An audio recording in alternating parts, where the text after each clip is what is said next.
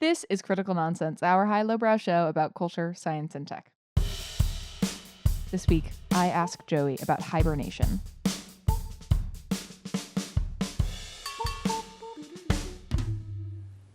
Woo!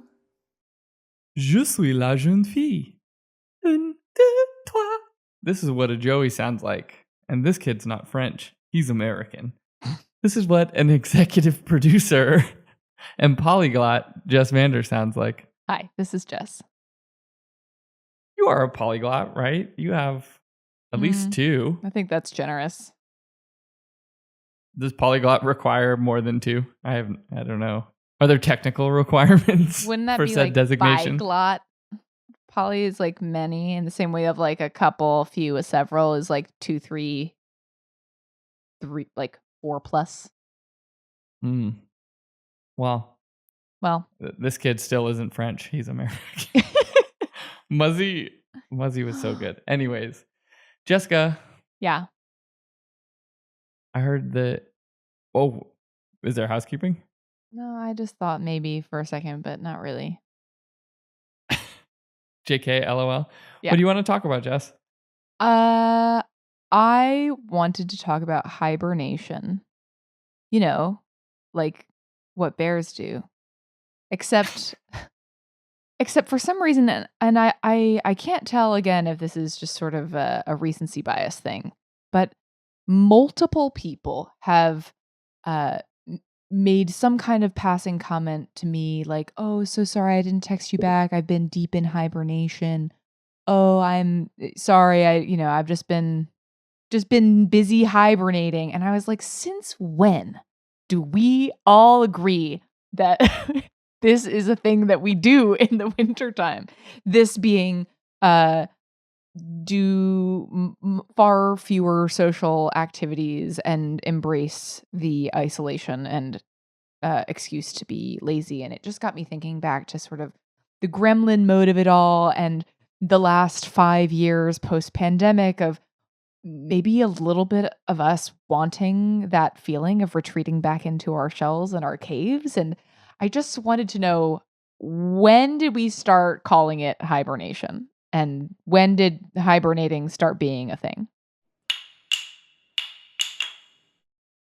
I mean, first we have to acknowledge the fact that we are in a cold weather city as a component, like New York being cold. And this year, I'm curious whether statistically or not it is colder than usual. It has had like colder swings than recent memory, right? Like today was, sub 20 in the morning. And we had quite a few spells of like pretty significant cold snaps. And so some of that might be a factor, but like you said, right, hibernation as a version of this, we've had conversation. I mean, we've been doing this show, I guess, a long time now, but we've had conversations about gremlin mode, like you spoke about, which I think was sort of not a winter exclusive mode, was sort of pandemic oriented mode, but I think that conversation was happening in the winter. We also had the cuffing season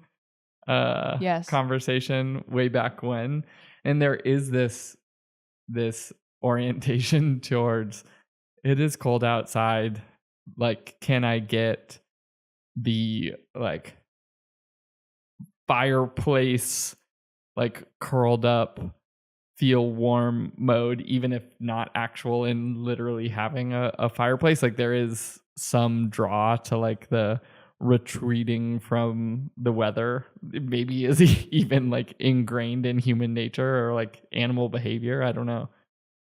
Yeah, right.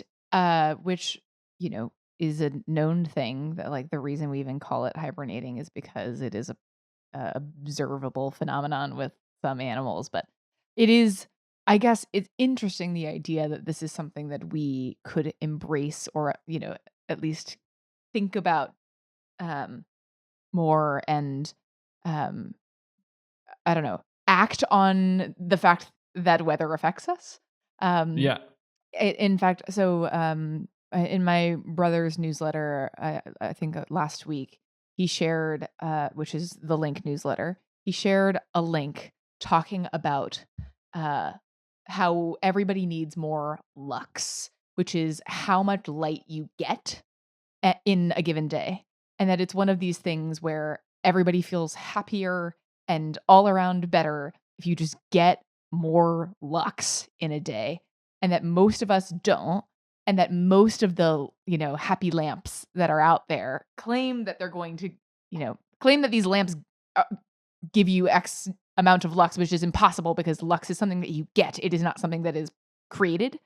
So if you're just further away from the lamp, then you're just getting less. But the idea of that anyway is like, oh yeah, like we are so much more attuned to what we are exposed to, how that affects our minds, and trying to think about how we can take that back into our own hands, or if there's nothing that can be done about it, then conceding to letting the weather win. Yeah.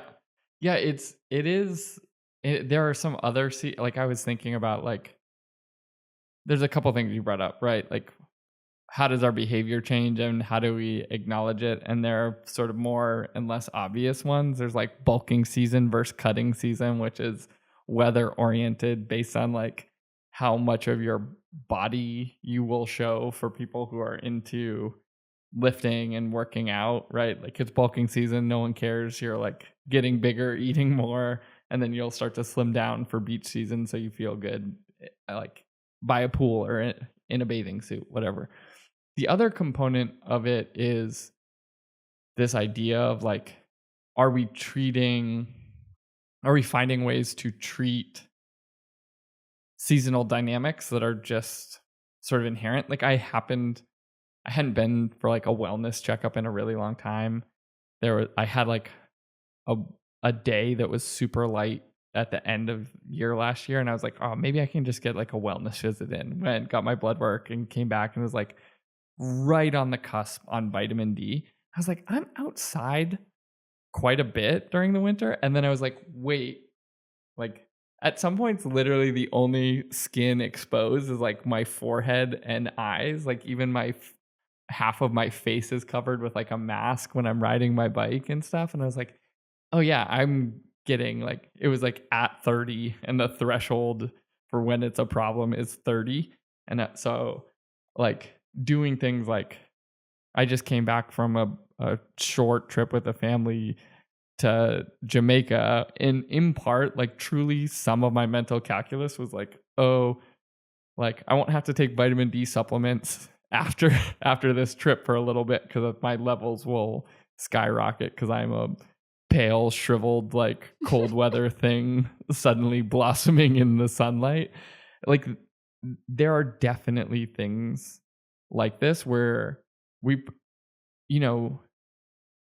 a huge portion of our population exists above like 40 degrees latitude where there's a significant loss in sunshine. And so this isn't just like sort of individual and personal, is like probably systemic and societal, that you can track some kinds of impacts that are caused by like winter in the northern hemisphere, right, where even still more of the world's population exists.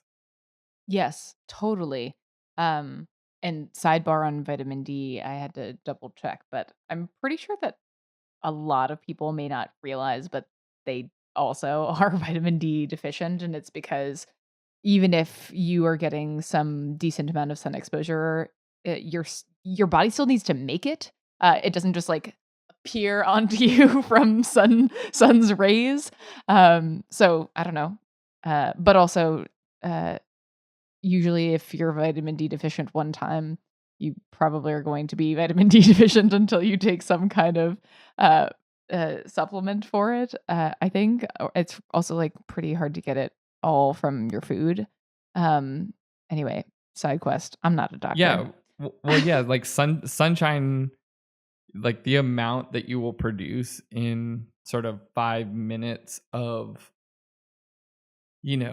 summer-ish or like spring, summer, like first month of fall bumper seasons where there's like a reasonable UV index is like super high. Like it's like 5 minutes and you have And you're more than good. enough. Right. But in the winter, all of a sudden that UV goes down. And the other part of it is like, as I understand it, is vitamin D is like one of the weird vitamins where your body is actually using it as a hormone in addition, like as like a sort of endocrine signal. So it's like all the more All the stuff. important. Yeah. Yeah. It affects many things. Yes.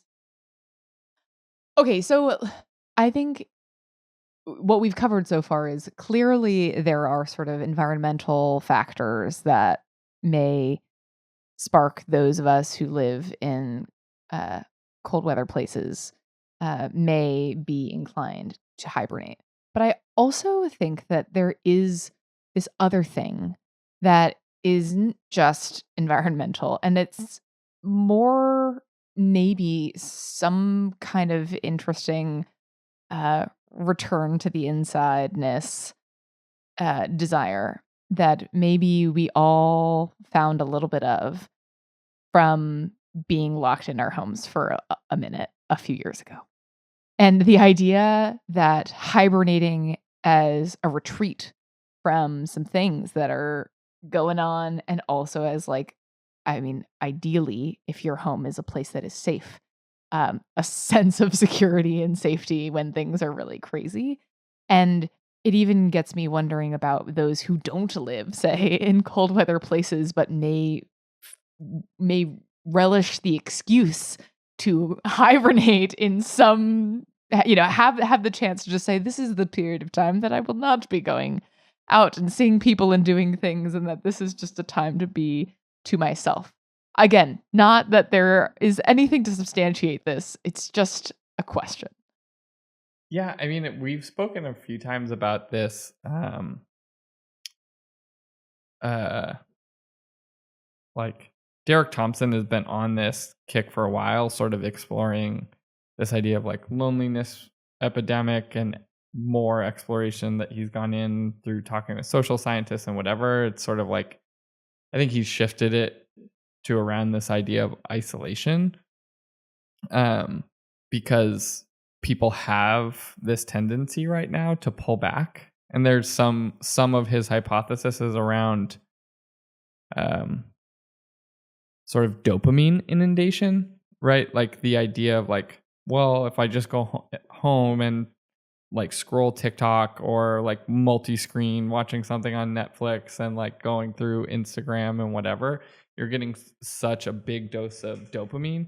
Like a lot of the idea of like exploring neighborhoods or socializing is sort of dopamine intermediated, and that idea of like, well, if you're sort of like awash already in dopamine from other methods, that you're sort of reducing your sensitivity to then go like explore, meet with friends, or do other stuff.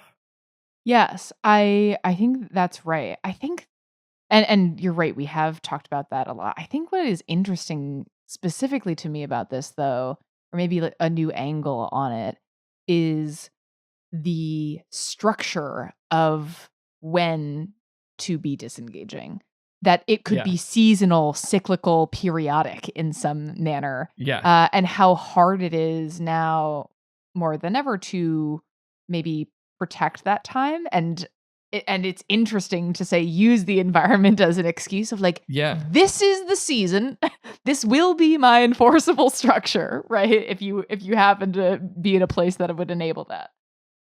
Well, it is, the structural component of it is interesting insofar as like there are moments where we have social structural like traditions that sort of pull us out of that behavior, right? Like December, because of the holiday season, Christmas, Hanukkah, Kwanzaa, and like the orientation towards socialization and family, either parties or get togethers, even end of November in the US when we do Thanksgiving, there are like Friendsgiving, there's like a bunch of these like agreed upon social structures and timings where we will do certain behaviors.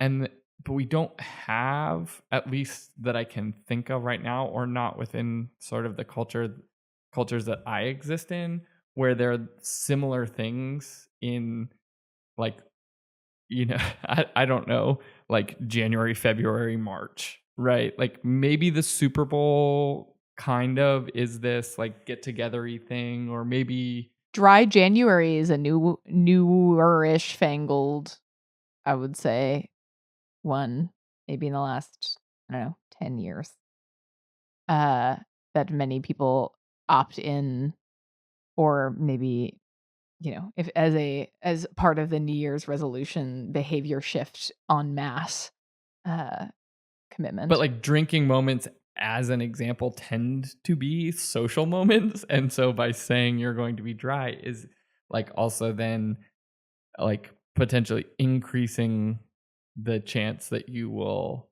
be isolated in January, which is like the hardest month of the year, right? Like coldest, lowest sunshine, like all of a Again, sudden for you're saying us, like, where we are. and I will also not, yeah, but like for a huge portion of the world's population, like exists in that like above 40 degrees latitude. Yeah. Yeah, I wonder if, uh, I'm trying to think of any other examples, though, that are, uh, you know, kind of in the vein of hibernation, where the thing that we all agree on, we are doing individually, and that Hmm. and we're not and honestly, maybe dry January as an example of something that it is an idea we want to be able to signal to others to excuse our own individual behavior, or explain it anyway. Well, but like it's interesting to think about socialization through the lens of something that like all signs point to it is good for us. If you ask anyone individually, they will also probably recognize that it is good. Like most people wouldn't say like, yeah, hanging out with my friends or spending time with my family is a bad thing. But then we have like an increasing propensity to not do it socially, or or maybe cyclically. uh it's sort of like exercise. Like everyone knows it's good for you, but like our rates and relationships with it definitely seem to be cyclical at best. And is probably a similar thing where it's like we should do this, but I'll do it like for 2 weeks before I go on vacation, or I'll do it when things get so bad that I've like reached a point where I like recognize that I'm like deteriorating. And like, are we at that point with socialization maybe where it's like someone like sticks their head up like Punxsutawney Phil like in You're like, February, and they're like, nope. yeah, I don't feel right. Like I haven't seen anyone for a month. Like. I like the idea that the construct of hibernation also includes Groundhog's Day. Yeah, yeah. It's like everybody has maybe their own Groundhog's Day moment of, okay, I should probably get off the couch. Yeah. Yeah, like I wonder if you see in like, I don't know, hotel bookings or Airbnb bookings, like there is some point mid-February or March or something where people are like, all right, it's been too long. Like I should plan a thing with my friends or something. But part of it also, I think, is um that sort of decrease of the serendipitousness of those social interactions. And some of that is a product of like, do you live in a walkable city? Does your city have places where you could like go and know that you would bump into someone that or like thinking of like the cafes of Paris that tend to be outside and have heat lamps and whatever, even in the winter, where you could be like, I'll see my neighbor and Right. like I'll know someone and I'll have a coffee and talk for a half hour and then either go to work or go home or something like that. Like that sort of walkability is one component, but maybe I think the sort of sacredness of that like den, like we have denned up more, and Yes. Right. I believe there are numbers about like the decrease in like eating meals with friends inside of a home, or what, like less and less likely to invite someone into your cave. Yeah. This is part of the new year, new me. Except also the opposite of that. Yeah. Hmm. I mean, how often do you have people in your apartment? As often as I can persuade people to come over. But I'm somebody who is I'm very willing to invite others into my den, but that also I recognize asks someone to leave theirs. That is the hard part. I have had very good friends admit straight up, I'm not gonna make it over there. I'm so Yeah. sorry. It's And I get far it. and it's cold. It's just cold. It's just hard sometimes. And maybe we're all just little bear cubs.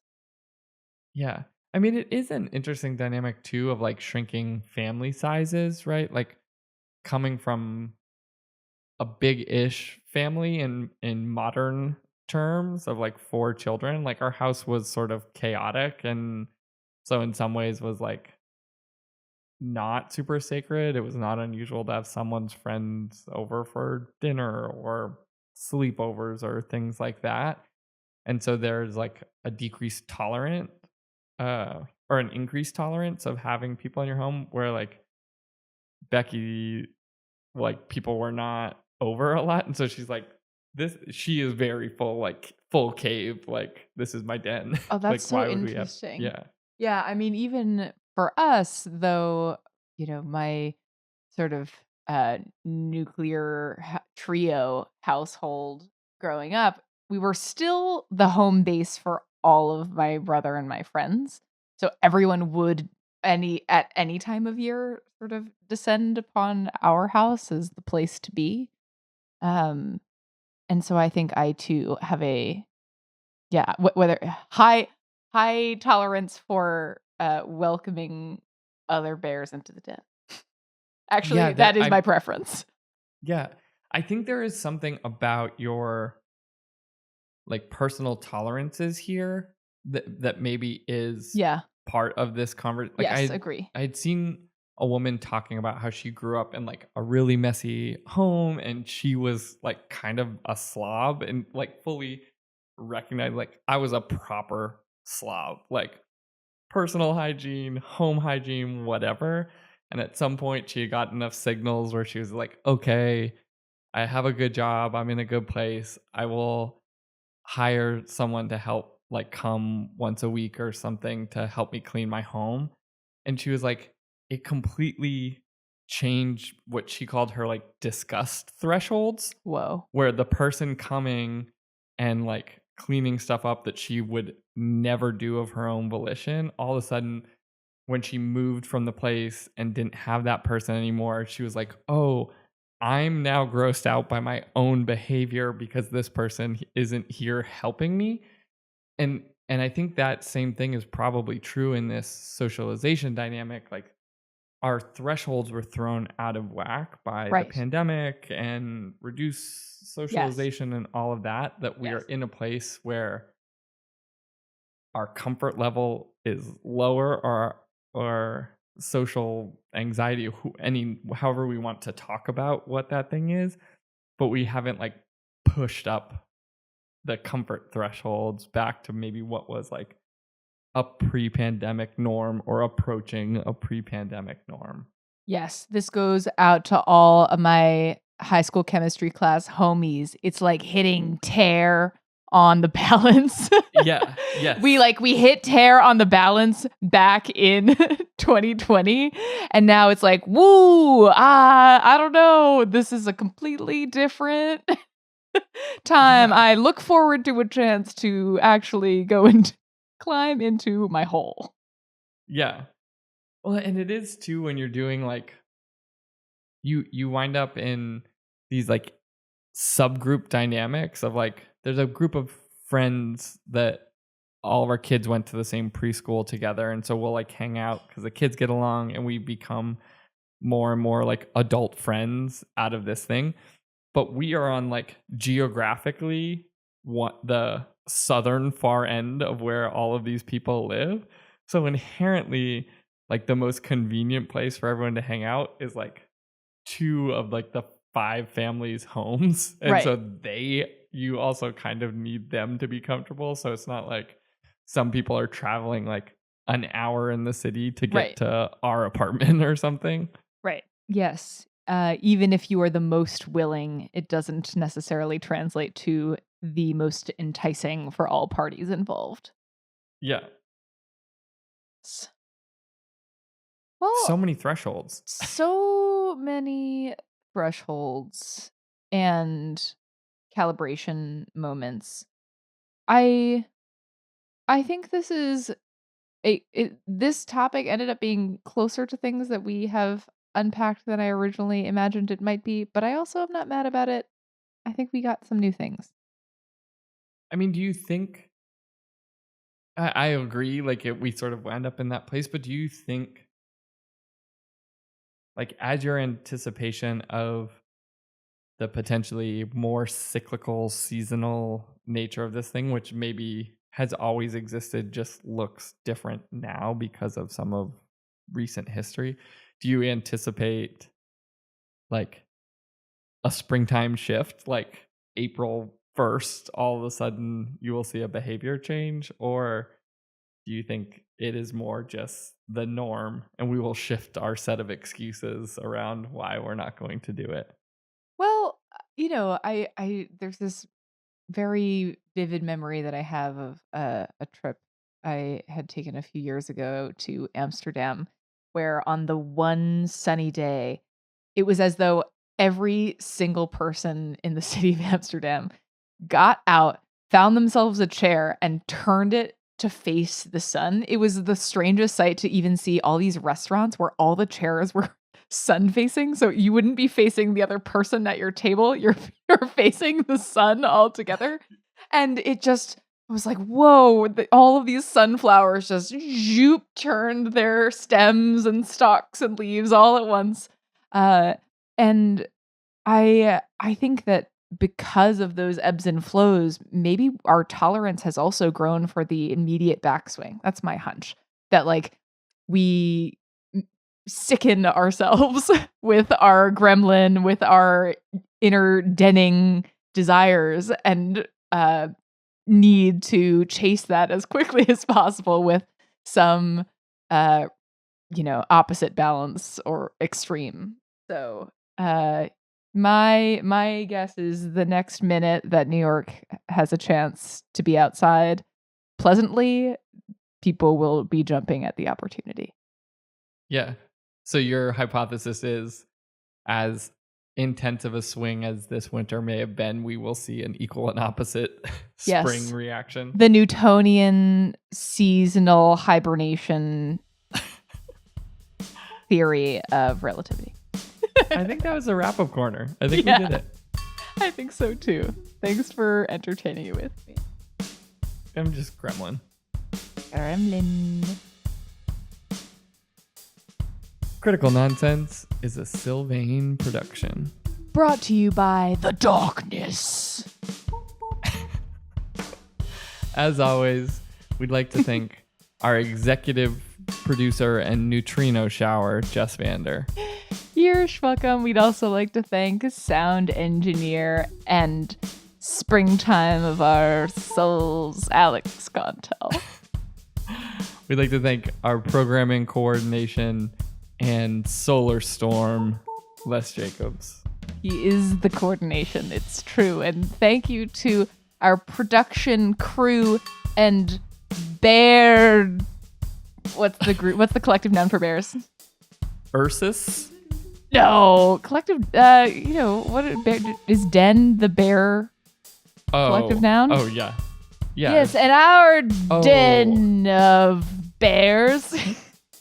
Sorry, Gilbert, Nora Mestich, Christy Jensen, Amanda Medina, and Amy Waters. Wow, I really did it. It's called a sleuth or a sloth of bears. Whoa. A sleuth? Now we know. Yeah. I love it. A sleuth or a sloth. A sleuth or a sloth. Sleuthing the slothful. Described as a group of 3 or more bears. Well. And as always, thanks, Len. Special thanks to Sunshine. Yep. And bears. Yeah. And just yep, those 2 things. Just those 2. Sunshine and bears. Thanks, Sunshine. Thanks, Vitamin D. If you live somewhere cold and are mostly covered all winter, consider vitamin D supplements. Or maybe we should all just collectively be like, hey, by February 1st, we should all just go to a tanning bed one time and just accept it. Yeah, or you just drink fortified orange juice. That thanks for the 1930s from preventing us from all having rickets. The macronutrient deficiency for vitamin D. Boom, boom, boom. Wait, micronutrient? Is it? Macronutrient? No. Rickets is iodine. Wait, let's do it. I remember back from chemistry. Oh, I'm thinking of goiter. A goiter is iodine. IAIG. That's the vitamin goiter. D, calcium, or phosphorus. NPTBCRAS. That is all. Let's just end this with all of the micronutrient deficiencies. I'm totally ruining this. So iron is anemia. Iodine is goiter. Retinol is scurvy. Retinol is xerophthalmia. RX. Niacin is pellagra. Thiamine is beriberi. What did you just say? I said C is scurvy. C is no, A is scurvy. No, that's why it's limey. Pirates get scurvy, and then they introduce citrus fruit into the trips, and people stop getting scurvy. Scurvy. Vitamin C is scurvy, yeah. Vitamin C. Confirmed. What have I done? Why is this all wrong? Wait, we've each gotten one wrong here. I got rickets, you got scurvy. Okay, I'm glad we... Not literally. I am not knock-kneed, and Jess doesn't have skin issues. Fatigue, red gums, and easily bruising or bleeding joint pain and rough, bumpy skin. Wow. Jess has none of those things. Well, I don't actually know. Maybe you have scurvy. Let's just say that we cut this a long time ago. Okay, thank you so much. Bye. I love you, Mina. Bye.